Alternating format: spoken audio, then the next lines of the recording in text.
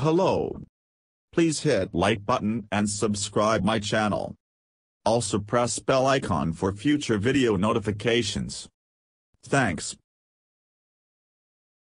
A new theory that could explain how unconventional superconductivity arises in a diverse set of compounds might never have happened if physicists Qimiao and Emilian Nica had chosen a different name for their 2017 model of orbital-selective superconductivity.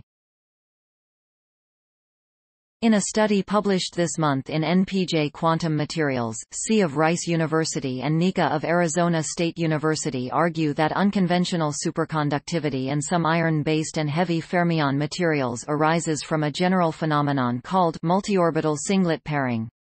In superconductor, physicists cannot fully explain how pairs form in unconventional superconductors, where quantum forces give rise to strange behavior. Heavy fermions, another quantum material, feature electrons that appear to be thousands of times more massive than ordinary electrons.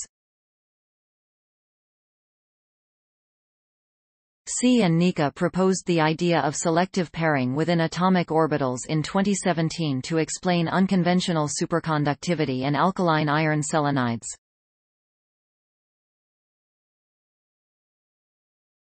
The following year, they applied the orbital-selective model to the heavy fermion material in which unconventional superconductivity was first demonstrated in 1979.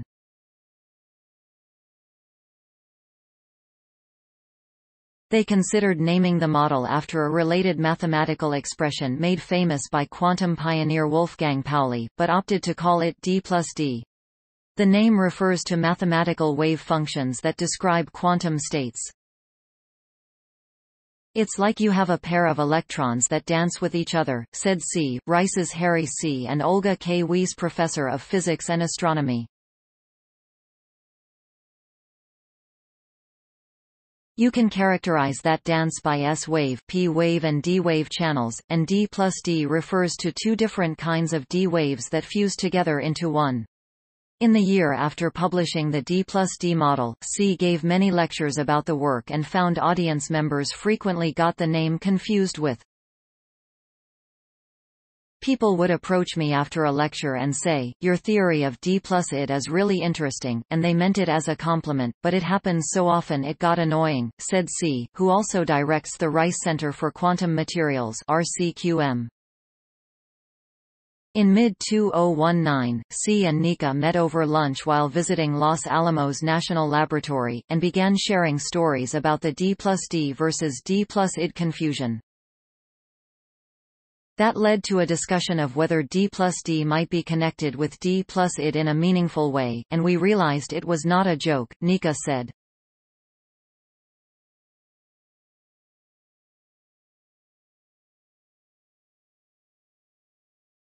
The connection involved D plus D pairing states and those made famous by the Nobel Prize-winning discovery of helium-3 superfluidity.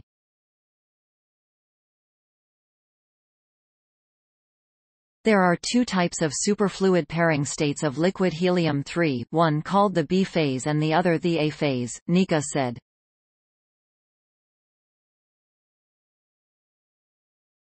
Empirically, the B phase is similar to our D plus D, while the A phase is almost like a D plus id.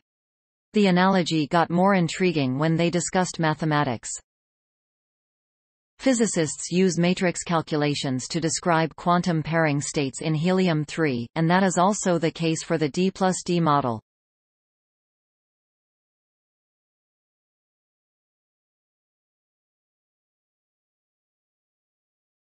You have a number of different ways of organizing that matrix, and we realized our D plus D matrix for the orbital space was like a different form of the D plus id matrix that describes helium-3 pairing in spin space, Nica said. C said the associations with superfluid helium-3 pairing states have helped he and Nica advance a more complete description of pairing states in both iron-based and heavy fermion superconductors. As Emil and I talked more, we realized the periodic table for superconducting pairing was incomplete, C said, referring to the chart physicists use to organize superconducting pairing states.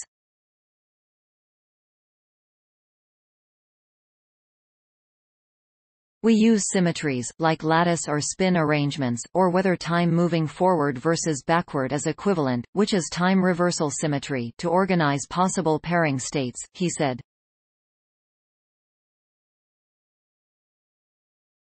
Our revelation was that D plus ID can be found in the existing list. You can use the periodic table to construct it. But D plus D, you cannot. It's beyond the periodic table, because the table doesn't include orbitals. C said orbitals are important for describing the behavior of materials like iron-based superconductors and heavy fermions, where very strong electron-electron correlations play a crucial role. Based on our work, the research was supported by a startup grant from Arizona State University, the Department of Energy DSCO018197, the Welch Foundation C1411, and the National Science Foundation Phi 16076611. RCQM is a multidisciplinary research effort that leverages the strengths and global partnerships of more than 20 Rice research groups. Please support my channel to grow by pressing subscribe button and the bell icon. We will notify you technological news. Thank you.